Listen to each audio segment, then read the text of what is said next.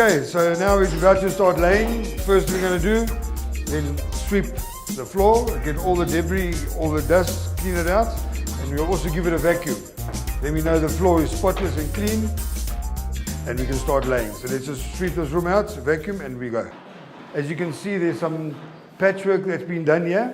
This is because the levels weren't right, so we did some self-leveling in patches.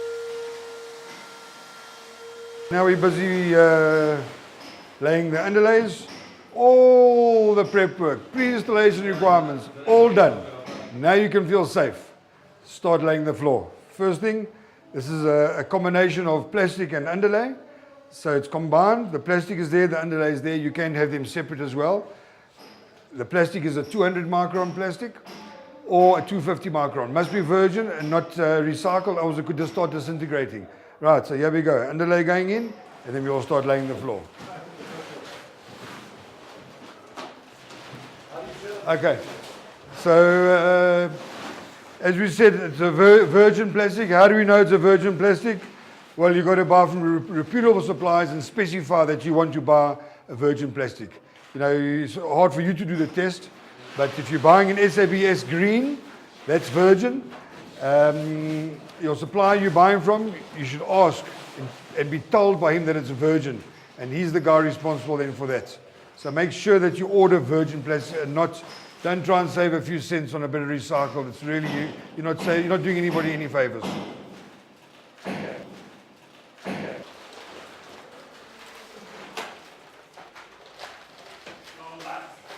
Right, you can see over here that there is an overlap, and then this must go next to it, not on it, isn't it?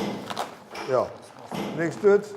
There's an overlap of plastics to stop any moisture, because moisture rises, and when you have an overlap, moisture does not go sideways, it rises. So just to have your flap over, so it'll stop rising moisture.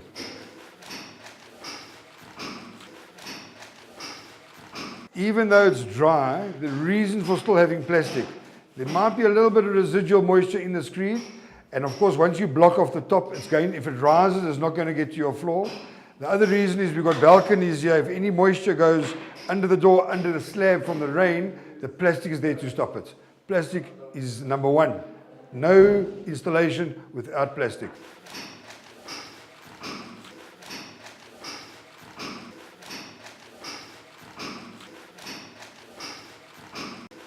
Products coming in.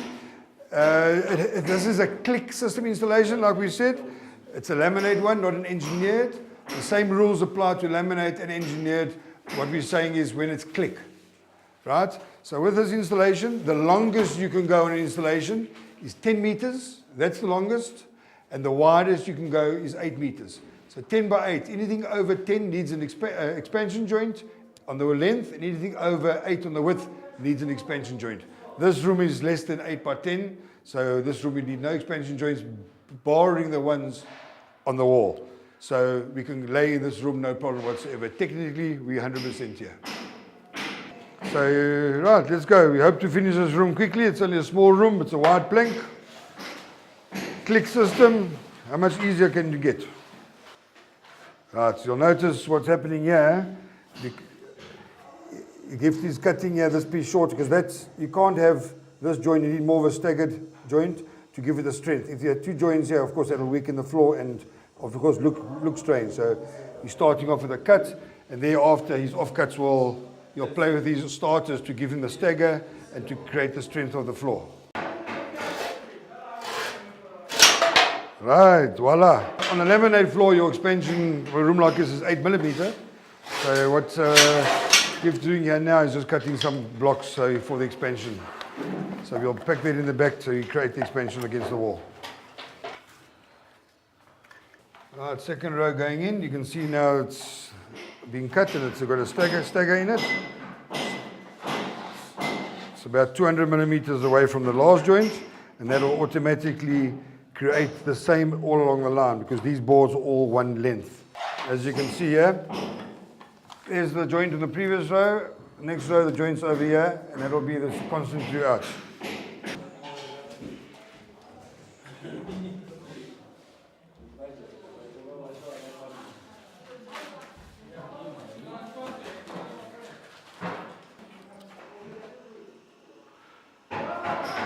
Guys, when it comes to the click flooring, please, manufacturer's instructions rule. How to click it in, some people want it to be tapped. Please go through manufacturer's instructions, some might be a little bit different to others.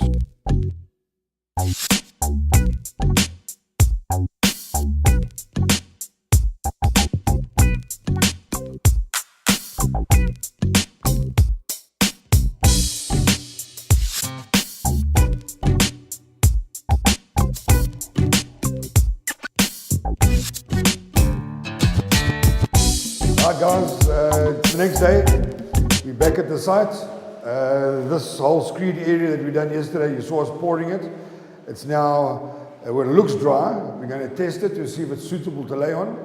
This sort of self-leveling screed should normally take about 2 days to dry, so it's only the next day, but let's test it and see how we're doing. So glasses on so we can see, and let's have a look. We're testing this time with a protimeter. And as you can see, it's on 60%. We're looking for 12%, so it's still sopping wet. So we need to let it wait another day. We're going to leave the windows open so we can get air circulating, and we'll test it again tomorrow, and then it's all fine, we'll lay. But you can just see the quality of this type of self-leveling screed, how beautiful it comes out, and level. So I'm going to actually, in a minute, get a straight edge. I'm going to show you how flat it is compared to what it was originally. So let me just get that straight edge quickly. Gift, thanks. I've got the straight edge. Let's have a look how we're looking here. So we'll put the straight edge down here. Let's have a look. Well, I can tell you what, that's perfect. That's 100% perfect. Let's get the camera down here and have a look. You'll see there's not a gap. That's perfection. That's what we're looking for. So, not a big job, but a job well worthwhile, and now we know we're definitely not going to get a complaint from the customer because of the spongy floor. Great stuff. So tomorrow morning it should be dry and we can start laying. So let's take you and show you the other room that we laid yesterday, and now we're going to go put on moldings, and we'll show you that skirtings, moldings and that sort of thing. So let's go to our other room that we did. This is the room that we did yesterday. All we're going to do now, you can see the floor beautifully laid, nice and solid. No sponginess because of screeds that are not level, because we've leveled all that. We're going to put in a molding over here, which it's already been placed. So we're going to just show you this molding over here, that this is going to fit there and how it's fitted. We're also going to put a molding on this side to cover this expansion. You can see the skirtings that are on here now. They're still got to be attached. Guys, skirtings. We'll show you a little bit later on how to do the skirting properly.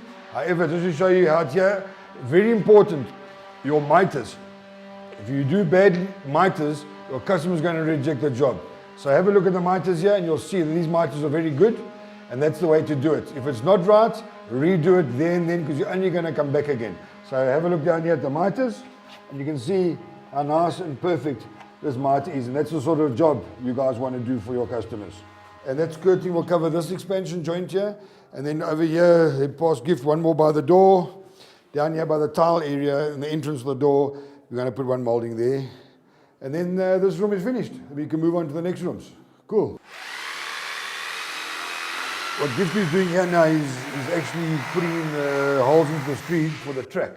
Now what happens with this kind of laminate molding is you have a track that gets screwed down to the floor, and the actual molding, which has got a male bit, just clips in here to the track, and that's how it works. So we're just busy drilling the holes, put the track in, and then we can clip the moldings into the track. So let's carry on with Gift and finish drilling the holes so we can install this track.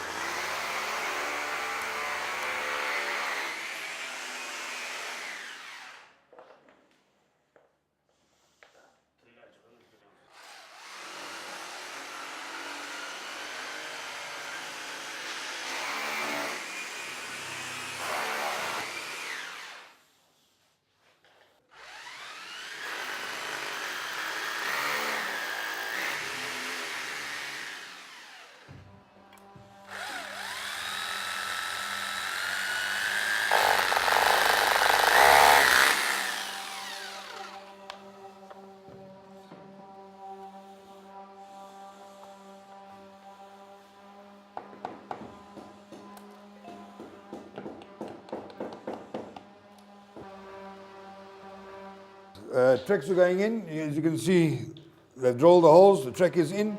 Now we're going to just screw everything into the floor plug, and then we can just clip the molding in, and that's it. So let's finish drilling the screws in, and then we can do the clipping.